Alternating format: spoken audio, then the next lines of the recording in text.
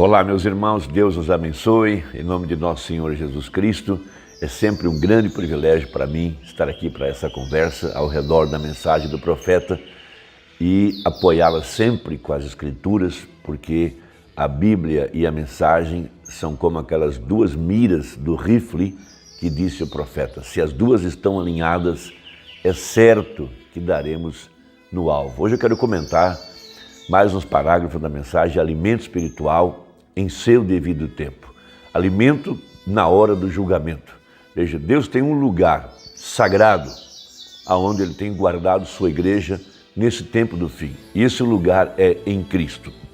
Ele ligou a mensagem alimento espiritual em seu devido tempo ao tempo em que Deus colocou Elias em um lugar seguro e ali Deus o sustentou enquanto o julgamento estava assolando a terra nos dias de Acabe e Jezabel.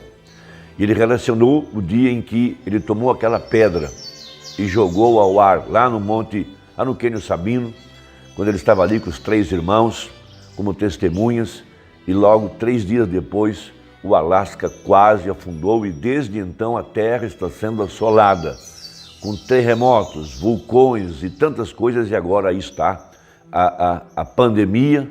E os meteorologistas disseram que nós tivemos agora, os últimos 7 anos foram os mais quentes de toda a história da humanidade, de forma que em muitas partes do globo terrestre, veja, a seca está assolando. Tivemos agora, nesta semana, lá na Argentina, 42 graus centígrados e tempestades,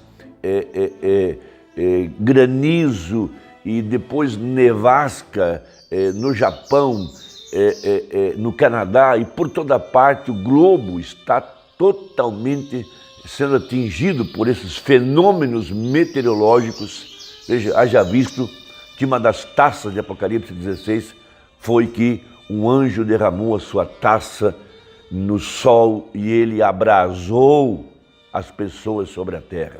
Veja, isso é o julgamento de Deus atingindo já o planeta, de acordo com a profecia, logo depois que a misericórdia foi rejeitada. Então Deus se obriga a trazer o seu juízo sobre a terra. Mas antes disso, Deus tem um lugar sagrado onde Ele colocou sua igreja e ali ela é alimentada. Vamos tomar então o exemplo de Elias, em 1 Reis capítulo 17. Então Elias, veja, Elias representa a igreja do tempo do fim, essa que estaria viva e seria arrebatada. Elias, o tisbita dos moradores de Gileade, disse a Acabe: vive o Senhor, Deus de Israel, perante cuja face estou, que nesses anos nem orvalho nem chuva haverá, senão segundo a minha palavra. Depois veio a ele a palavra do Senhor dizendo: vai-te daqui e vira para o oriente, vira-te para o oriente e esconde-te junto ao ribeiro de Querite, que está diante do Jordão. E há de ser que beberás do ribeiro, e eu tenho ordenado aos corvos que ali te sustentem. Então eu quero destacar a palavra, ali te sustentem. Veja, um lugar secreto onde a igreja é sustentada em meio ao caos, em meio ao julgamento. De acordo com o Salmo 27, que foi tomado pelo profeta para pregar a mensagem, o arrebatamento. Veja, Deus nos guardaria em seu pavilhão no tempo da angústia. Como disse Daniel no capítulo 12, o tempo de angústia sobre as nações. E nós estamos vivendo um tempo de angústias sobre as nações. Veja, mais de 5 milhões de pessoas já perderam a vida nessa pandemia ao redor do mundo. E não sabemos quantas mais irão perder agora, depois da vacina. Não sabemos quantas, porque há inúmeros, milhares de testemunhos de consequências pós-vacina, que a mídia não noticia. Veja, os dados estão sendo manipulados, os próprios laboratórios estão mentindo para a população. Veja, que Deus tenha misericórdia de cada um de nós. Então, nesse tempo de julgamento, Deus tem que ter um lugar para esconder sua igreja. Então prega o profeta a mensagem: alimento espiritual em seu devido tempo. Então, Qual o tempo? O tempo do julgamento, o tempo do juízo. Deus teria que ter um lugar onde ele estaria alimentando a mulher quando Satanás, veja, soltasse um rio de perseguição sobre ela. Claro que isso ainda não é a grande tribulação, nós não estamos ainda, nós não desaparecemos ainda, estamos aqui, é o tempo da pré-tribulação, é o tempo do quarto selo, mas nesse tempo de julgamento, Deus tem um lugar secreto, aonde Deus tem colocado a sua igreja. Veja, isso pode ser chamado de várias maneiras, em Cristo, ou aprisco, ou a terra da promessa, pode também ser chamado de ir além do véu, lá naquele lugar secreto, tudo é a mesma coisa. Por isso, teria que haver aqui uma igreja santificada, veja, pelo poder da palavra de Deus, uma igreja onde houvesse um povo vocacionado por Deus, a vocação. Por isso ele nos fez reis e sacerdotes. Como sacerdotes, nós temos acesso a esse lugar secreto. Veja, mas vejam, uma igreja, de acordo com Efésios 1, uma igreja santificada, predestinada para isso, para que pudesse entrar nesse lugar secreto, lá além do véu. Vejam, hoje não é mais um véu de peles de animais, mas são peles humanas, onde esse véu tem que ser rasgado para que possamos ir nesse lugar secreto, lá onde está o maná escondido. Por isso que o maná não desvanecia lá nesse lugar secreto. Veja, porque a glória da Shekinah estava sobre ele. Por isso que essa parte misteriosa da mensagem, esses misteriosos 7 trovões, os segredos que estavam ocultos de todos os séculos, têm sido revelado para a igreja, e esse alimento, ele não se desvanece, não se desvaneceu, porque a glória de Deus está sobre ele, guardando ele. Lá onde está o poder para vivificar nossos corpos mortais, lá onde está a palavra escondida dentro da arca. O que escondia o véu? A palavra dentro da arca. Veja, lá estava o propiciatório, veja, fazendo propiciação, o sangue do cordeiro. Veja, aonde descia os querubins, ou melhor, aonde descia a glória de Deus entre os querubins. Isso é algo misterioso para esse dia que estamos vivendo. É um lugar secreto, é um lugar sagrado, místico, claro, mas é um povo que tem entrado nesse lugar por predestinação, por eleição.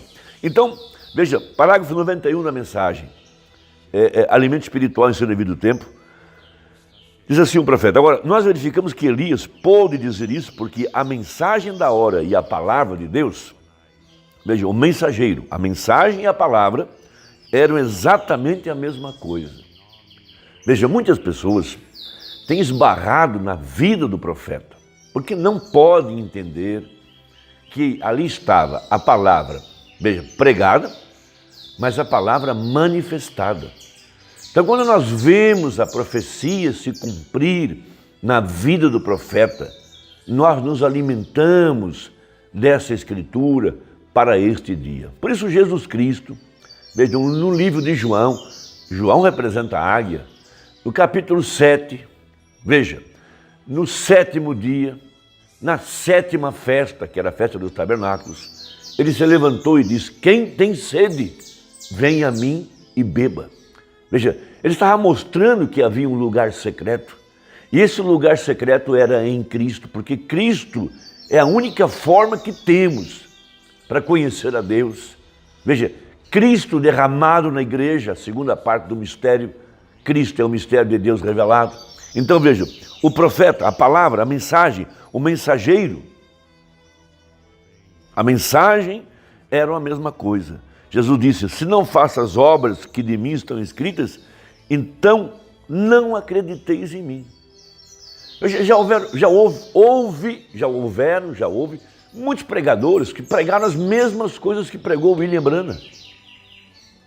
Porque eram pessoas lá atrás que tinham o Espírito Santo, que podiam ter acesso a algum tipo de conhecimento, veja, mas não puderam provar por suas vidas que preencheram os requisitos de Malaquias 4 e os requisitos de Apocalipse 10:7, os requisitos de Lucas 17:30, porque somente no ministério de Malaquias 4 é que encontramos o mesmo sinal dos dias de Ló, quando o anjo se colocou de costas para a plataforma, veja, e discernia os pensamentos do coração de Sara. O mesmo sinal que a mulher do poço viu, o mesmo sinal que Natanael viu. Nos dias da vinda do Filho do Homem, um profeta que podia conhecer os mistérios do coração. Sinal, a mensagem, o mesmo ontem, hoje e eternamente.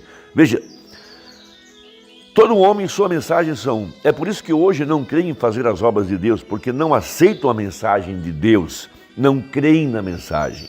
Mas para aqueles que creem na hora de Deus, em que estamos vivendo, essas coisas são alimento escondido. Esse é o ponto importante. A mensagem não é uma enciclopédia de pesquisa, uma fonte de referências. A mensagem é alimento, a mensagem é comida. Veja, pense somente, Deus o escondeu de tal modo que olham direto para ele e não veem. Está tão escondida essa verdade, veja, dos sábios e entendidos, eles estão olhando para a mensagem, mas não conseguem ver Deus. Do mesmo modo que Elias cegou o exército, melhor, Eliseu cegou o exército sírio, do mesmo modo que Deus cega o incrédulo para o alimento verdadeiro e genuíno do Filho. Veja, o crente. Agora, 95, lembre-se, Elias entrou em seu lugar sagrado pelo plano de Deus. Então, é o plano de Deus ter um lugar sagrado, ter um lugar secreto para alimentar seu povo? Sim, é secreto, é sagrado. Vejam, pelo chamado de Deus e a palavra de Deus, Elias entrou em seu lugar secreto pela presciência. Então, era o plano de Deus, de acordo com o Salmo 27, de acordo com a leitura que lemos, que Deus teria um lugar secreto e sagrado para o seu povo. Vejam, e o chamado sobre a sua vida, e conforme a palavra, se essa não é a maneira de entrar, eu não sei como chegamos lá. A única forma de entrar é ser chamado. Ninguém pode vir a mim se o Pai o não trouxer. Muitas vezes as pessoas com ambições se levantam no meio do povo e promovem uma divisão na igreja e abrem uma porta e agora querem ser a única verdade que há naquele lugar e se tornam então, eles pensam que são agora a salvação da pátria. Deus não está nos chamando para entrar em nenhuma porta, em nenhuma organização, seguir nenhum homem. Nós estamos seguindo a Cristo e Cristo é a palavra manifestada, a palavra revelada. E para entrar nesse lugar, tem que ser chamado. Tem que ter estado nele desde antes da fundação do mundo, sendo elegido em Cristo. Veja, e conforme a palavra, se essa não é a maneira de entrar, eu não sei como chegamos lá. Veja, e note, antes da seca começar. Então veja, aqueles 3 anos e meio de juízo lá atrás, representava o juízo que está caindo sobre a terra hoje. Elias entrou nesse lugar de segredo pela sua vida, um verdadeiro tipo de que antes do juízo começar a golpear a terra. Já está golpeando. Terremotos, vulcões, pandemia, etc. Veja, a igreja já está chamada a sair. A noiva já está escolhida e só esperando antes do juízo golpear. Já esperando, comendo o alimento de Deus, desfrutando das bênçãos de Deus. Qualquer homem em seu juízo normal sabe que estamos indo direto na direção.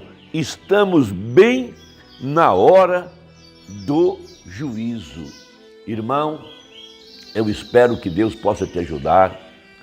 Eu espero que essa conversa possa contribuir de alguma forma para despertar alguém. Então, que Deus te abençoe e que Deus te ajude e compartilhe essa mensagem com quem você ama. E até a próxima, se Deus quiser, no nome de Jesus. Amém.